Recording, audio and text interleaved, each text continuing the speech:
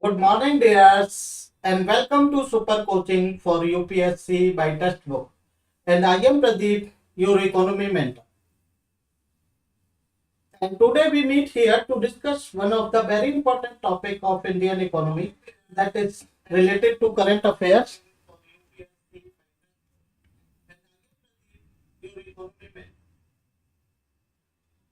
And today we meet here to discuss one of the very important topic of Indian.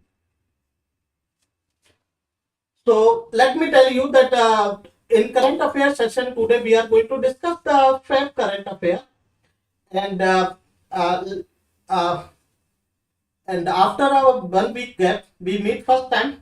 So really sorry for not having the sessions because there was some urgency on my house. That's why I was not able to continue the classes.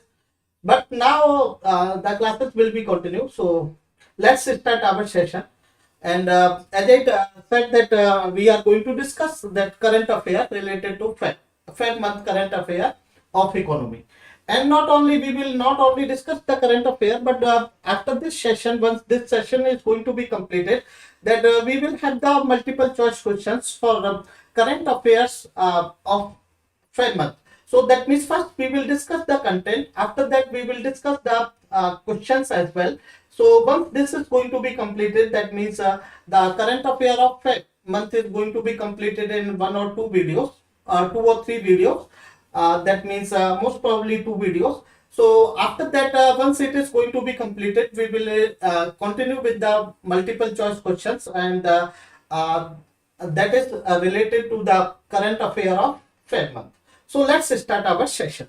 So in that regard, the very first news is that the government recently the government of India has allowed that to sell. That means the sugar mills can sell out that potash derived from molasses. That means I just want to say that government of India recently the government of India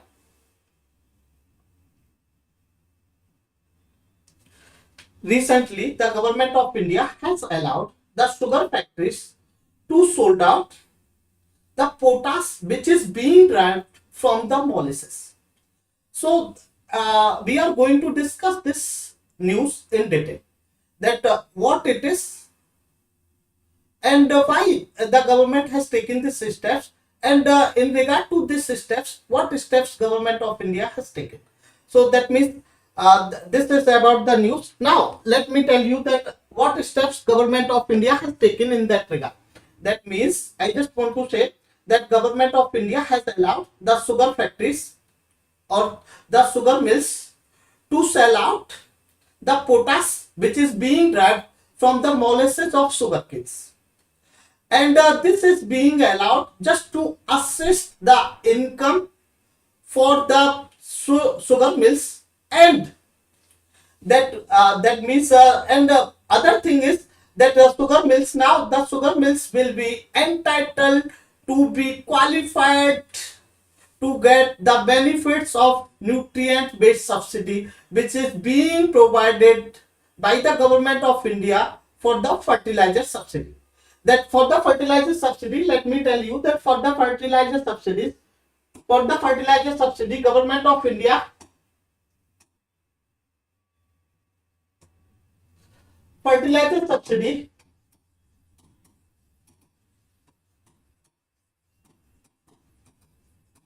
government of India is running two schemes. That is, one is known as nutrient based subsidy, other is urea subsidy. So since it is potash is going to be derived from the molasses of sugar canes, because of that, and the sugar mills will be entitled to sold out this potash to the manufacturers of nutrients or the manufacturers of the fertilizers. Because of that, this will generate the extra income for the sugar mills. Not only this, because they are going to derive the potash from the molasses of sugar cane, and because of that, that is going to have the potash content, and because of that, this sugar mills or the manufacturers of potash draft molasses, they will be entitled to qualify for the nutrient based subsidy which is being provided by the government of India for the fertilizers. So this is going to be, so this is about the this that means, and now let me tell you that what steps government of India has taken in this regard. That government of India has fixed the prices of potash dragged molasses 4,000. They have dragged that the government of India has fixed the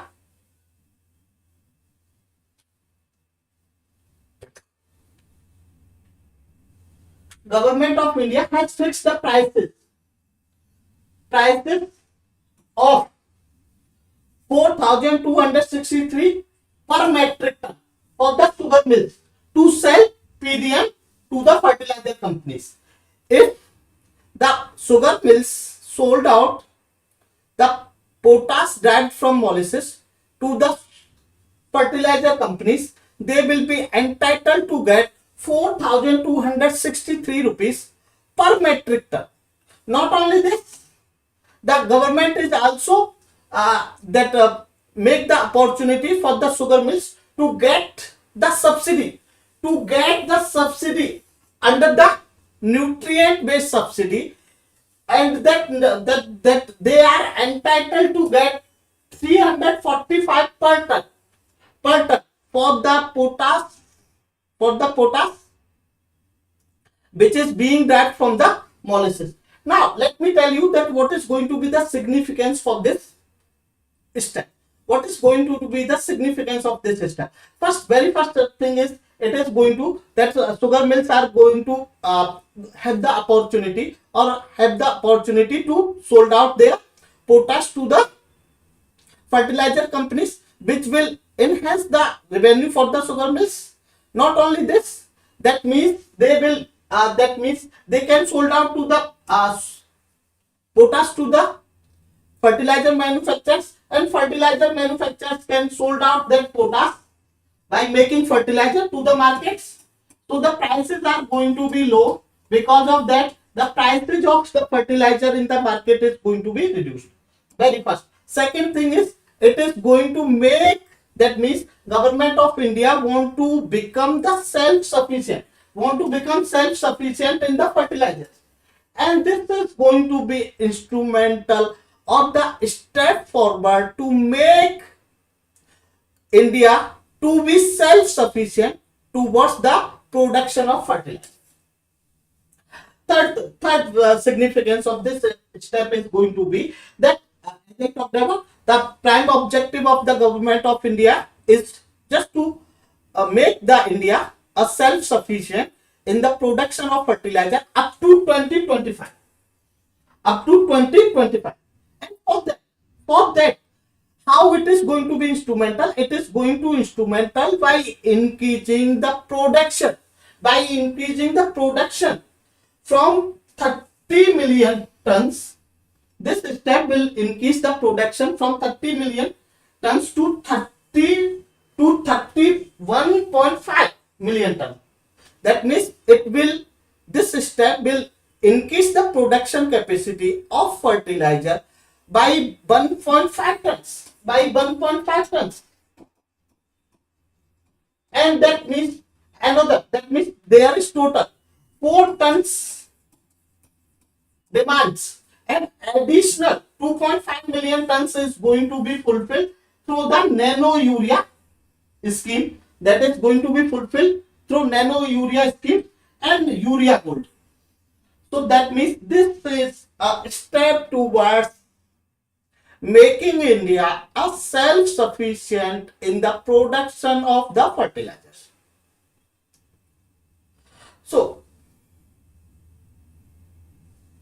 now let me tell you that what is the potash derived. Let me discuss that what is potash derived molasses.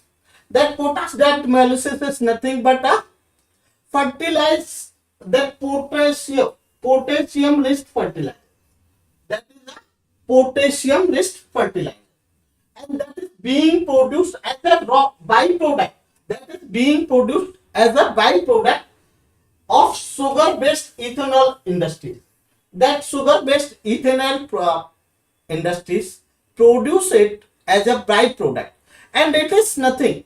That potash derived molasses is nothing but a potassium rich fertilizer. Potassium rich fertilizer, and it is being derived. That this potash is being derived from the ash, which is being generated during the distillation process. During the distillation process in the molasses based distillate.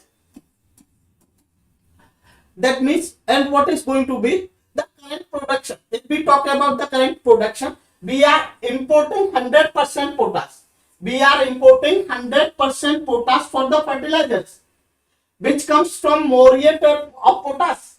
That means in the fertilizer, to fulfill the need of potash or potassium, that the farmers of India is using MOP, muriate of potash.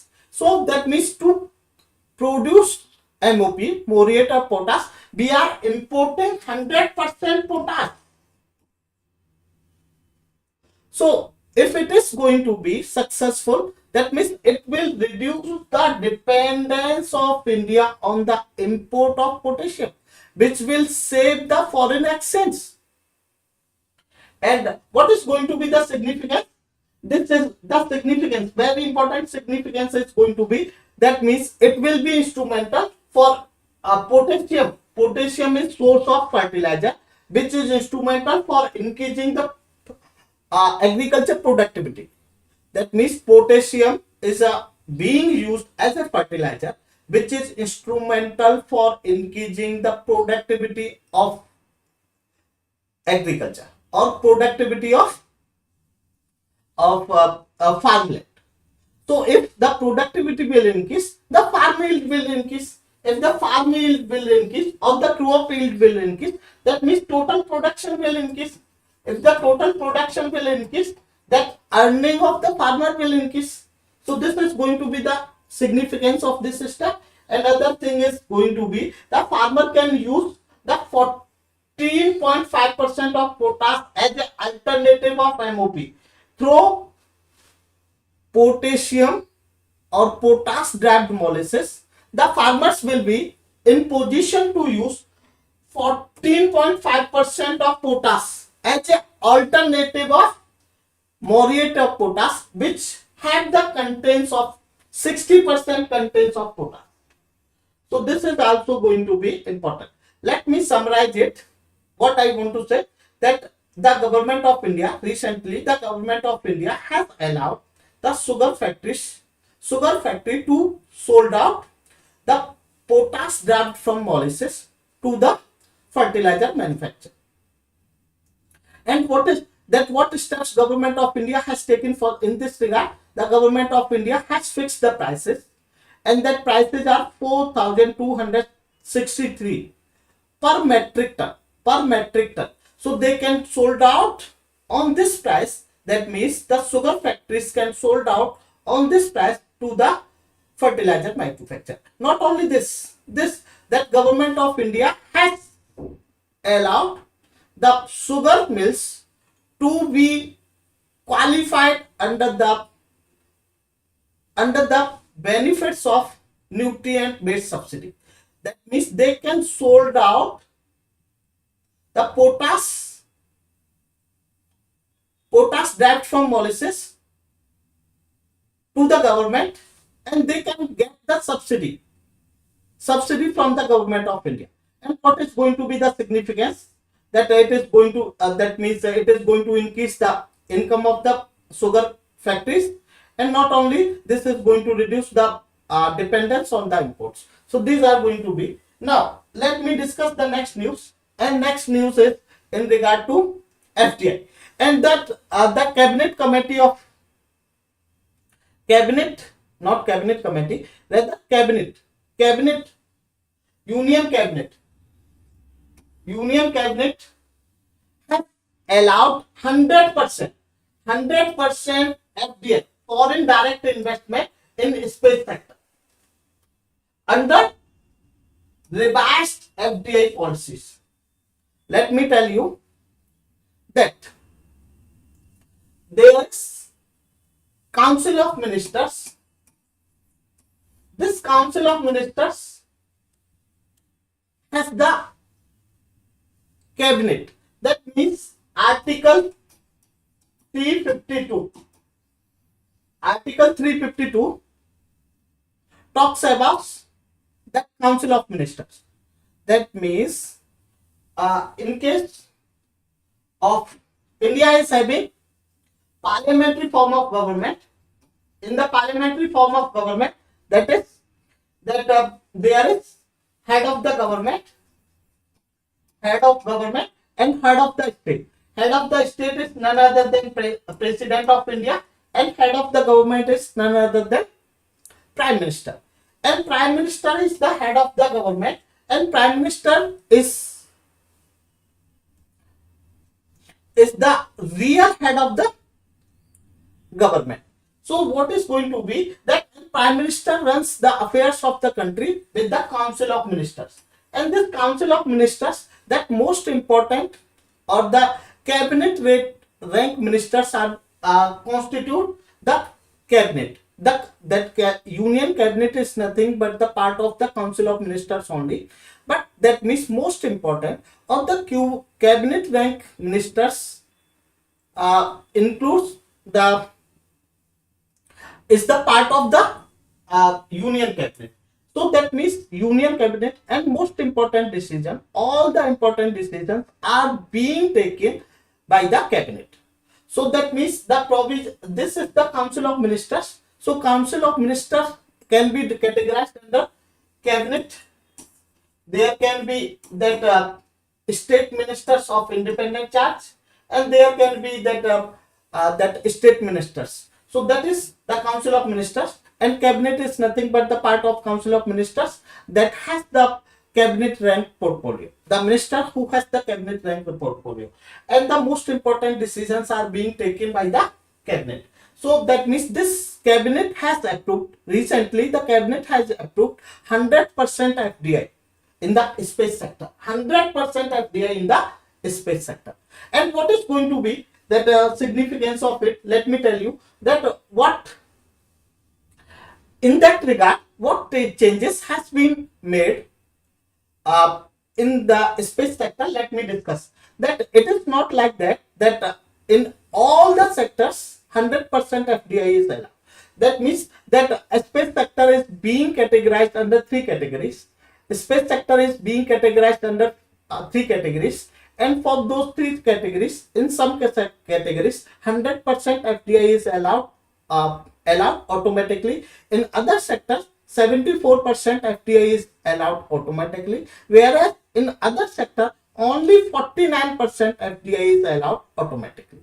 Automatically means there is no need to take approval from the concerned ministry. Earlier there was Foreign Investment Promotion Board. And whenever there was there was need to take the approval, that Foreign Investment Promotion Board used to take the permission other than automatic routes. But now this Foreign Investment Promotion Board has been eradicated, has been removed, and that permission has been taken by the concerned ministry. So that means, just let me tell you that although this is in the news that Union Cabinet has approved 100% FDI in space sector, but it does not mean that all the sectors 100% FDI is allowed. And for that Government of India has categorized the space sector under three categories, and in some sectors the 100% FDI is allowed, in other sectors 74% FDI is allowed, whereas in other sector only 49% FDI is allowed through automatic route. Automatic route means there is no need to take permission from any authority. That means And if it is not automatic route, the in order to have the FDI, foreign direct investment, the investor has to take the permission from concerned ministry. So that means, as I talked about, that in the case of the production of parts, that means for the production of satellite, parts of satellite, sub parts of satellite, that 100% FDI, be very clear, as I talked about, that space sector is being,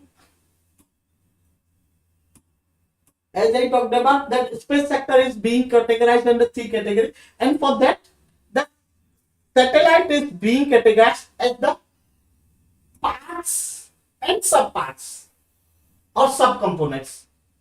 And for the production of parts or the production of subcomponents of satellite, 100% FDI, 100% FDI is being allowed through automatic routes. Through automatic routes. Be very clear. That 100% FDI is being allowed for the production of parts and production of subparts of the satellite. Whereas for the production of satellite and the management of satellite, be very clear, for the production of entire satellite and the production of and management of satellite, the government of India has allowed 74%, not 100%, 74% of FDI through automatic routes. Through automatic routes. Okay. If they need to have more foreign direct investment, they have to take the permission from the concerned ministry. That means they have allowed only 74%. If there is need that foreign investment is going to be more than 74%, they have to take permission from concerned ministry. And other thing is, in case of launch vehicle, the satellite is going to be launched through a launch vehicle that is known as PSLV or something like that. Okay, GSLV or PSLV. So that means in case of launch vehicle, only 49% FDI is allowed under the automatic rule. Only 100%, not 100%, only 49% FDI is allowed through automatic rule. If there is need to have more FDI in the launch vehicle, they have to take permission from the concerned ministry. They have to take permission from the concerned ministry.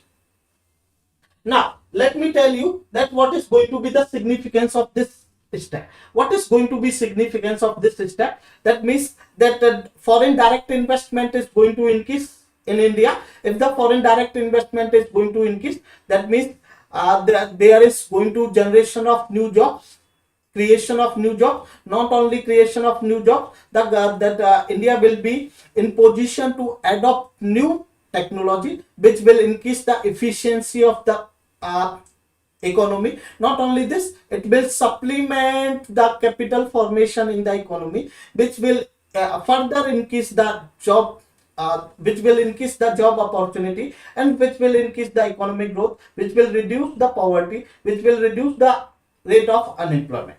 And not only this, it will, that means it will make India as a global supplier for the space sector, parts of space sector. So on not only this, in regard to FDI, I have discussed the advantages and disadvantages of FDI in detail in my one of the YouTube session, and I am going to attach the link in the description section, in the description of this video. So just go through that links, just go through that video and just try to understand that what is going to be the advantages of FDI and what is going to be disadvantages. So what are the advantages of FDI and what are the disadvantages of FDI? All are going to be the advantages and disadvantages of this initiative. So I am going to attach the link of that video in the description box. Now let me tell you the next news. And next news is that that Public Account Committee, the Parliament's Public Account Committee has accepted the Finance Ministry proposal to increase the limits of expenditure under new schemes and under new instruments of service. That, let me tell you, that Finance Ministry has requested to the Public Account Committee to increase the expenditure limit of concerned ministry and departments under two schemes. One is known as new service, other is known as new instrument of service. So under this two schemes, the Finance Ministry requested the Public Account Committee to increase the limit of expenditure, and the Public Account Committee has accepted that request, and that's why it is in the news. So let me tell you that what is new service and what is new instrument of service. So under new service and under the new instrument of service, the concerned ministry or the concerned department will be in position to increase the expenditure limit. Meaning they will be allowed to make more investment under new service and new instrument of service. So let me tell you that what is the meaning of new service, what is the meaning of new service, and what is the meaning of new instrument of service. So what is the meaning of new service? New service refers to expenditure arising out of new policy decisions which was not in the notice of Parliament earlier. That means new service refers to expenditure arising out of new policy decision. If any ministry has taken new policy decision, that means they are going to start a new policy altogether. Suppose Ministry of Education want to universalize the higher education, and for that they want to have the new policy, and that means during the budget session they have not discussed, but after the budget session they thought about it, and they are going to start a new policy for the universalization of education. That will be considered a new service. That is nothing but new initiative. New service is nothing but a expenditure arising out of policy decision which is not in the notice of Parliament earlier. This may involve new activity or new investment. That means, as I talked about, that the Ministry of Education want to have the universalization of higher education, and for that they want to start a new policy, and that needs the expenditure, and that expenditure comes under new service. Now, what is the meaning of new instrument of service? New instrument of service means that means larger expenditure is needed. Relatively larger expenditure is needed out of important expansion of existing policy. That means the ministry or the department is already running a policy, but just to fulfill the objectives of the policy, the concerned ministry or the concerned department needs more investment, and that is known as new instrument of service.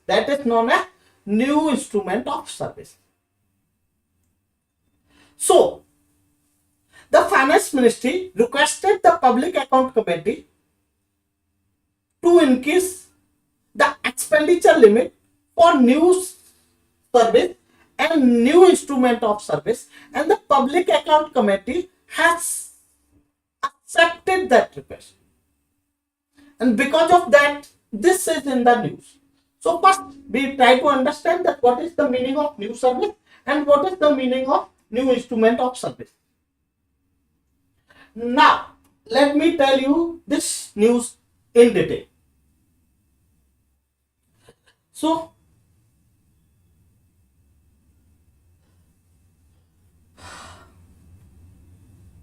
let me tell you that why there is need to increase, that why finance ministry felt that there is need to increase the limit of expenditure for concerned ministry or concerned department under new service and new instrument of service. Very first thing, they thought that there is increased demand in supplementary grants. That means whenever the budget is going to be presented, that is known as expenditure part. The government has the expenditure part that is being presented through the appropriation part bill. That is being presented through appropriation bill. The budget has two parts. That means they have the revenue part and they have the expenditure. So the revenue is combined together, and that is being presented before parliament.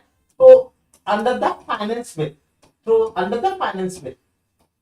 Similarly, the expenditure commitments of the government of India is being combined and they are being presented before the parliament under the appropriation bill.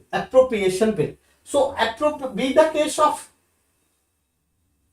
appropriation bill or be the case of finance bill, both are money bill. And the parliament has, that means, different procedure for passing the money bill. Lok Sabha has, that means, more authority on the money bill, and you must be aware about that. So what is going to be that, suppose the education ministry estimated their expenditure, and they thought that we need only 100 rupees for meeting our objectives in relation to education. Okay, but that means this 100 rupees is going to be part of the appropriation bill through the education ministry. Similarly, the rural and agriculture ministry space, that means different ministry are going to have their expenditure estimates, and that is going to be combined, and that is going to be presented before parliament for approval through the appropriation bill. But after the passage of some time, that education ministry felt that we need not 100, rather we need 150 rupees to get objectives whatever they have explained, they have detailed. So that means they need 50 rupees extra, and for getting that 50 rupees extra, they need to have the supplementary grant. The education ministry need to present before parliament a supplementary grant to get 50 rupees extra. And because the limit was less, the expenditure limit was less, because of that there is frequent supplementary grants by different ministries. So because of that, just to remove this practice, just to remove the frequent demand of supplementary grant by different ministries or departments, the finance ministry requested the public account committee to increase the expenditure limit under new service and new instrument of service. And one of important reason is there is frequent demand for supplementary grants by different ministries and department. and because of that there was need to increase the limit. Another thing is that the budget size has increased, that repeatedly year by year we are having 6 to 7% of economic growth, that India is having 6 to 7% economic growth. So there is because we had the increase. Suppose earlier there was 100 rupees, the GDP size was 100. Now year by year it is going to increase 106.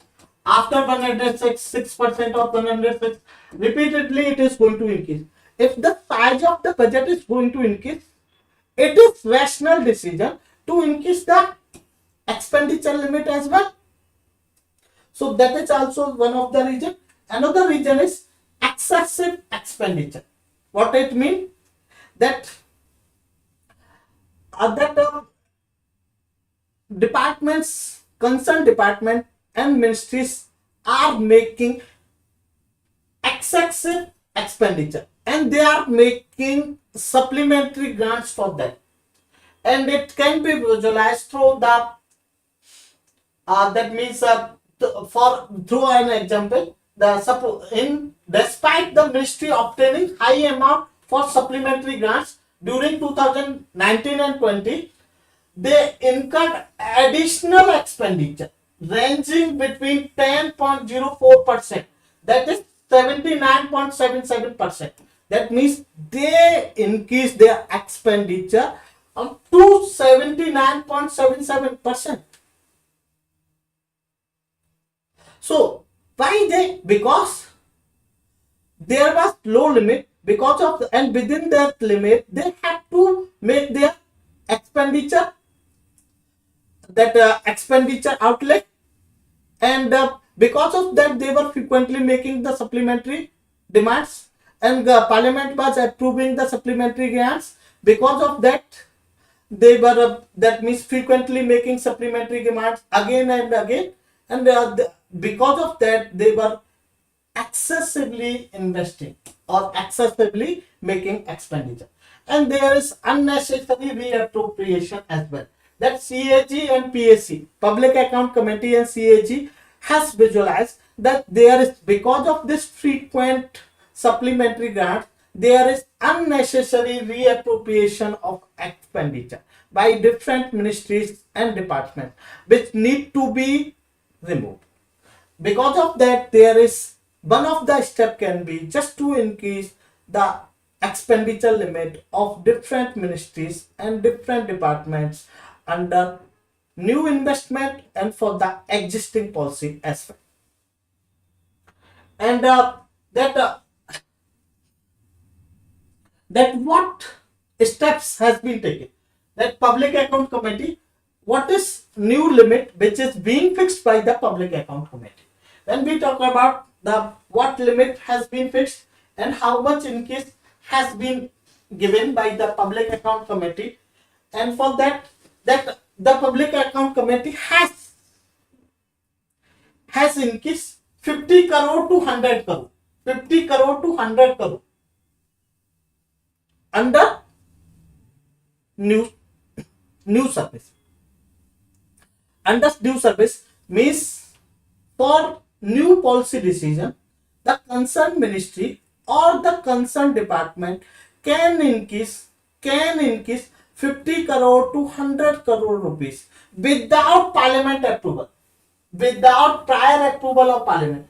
That means for making new investment or for running new policy under new schemes, the concerned department or concerned ministry need not to take prior approval from the parliament, because the Public Account Committee has increased the expenditure limit for new schemes up to 50 crore to 100 crore.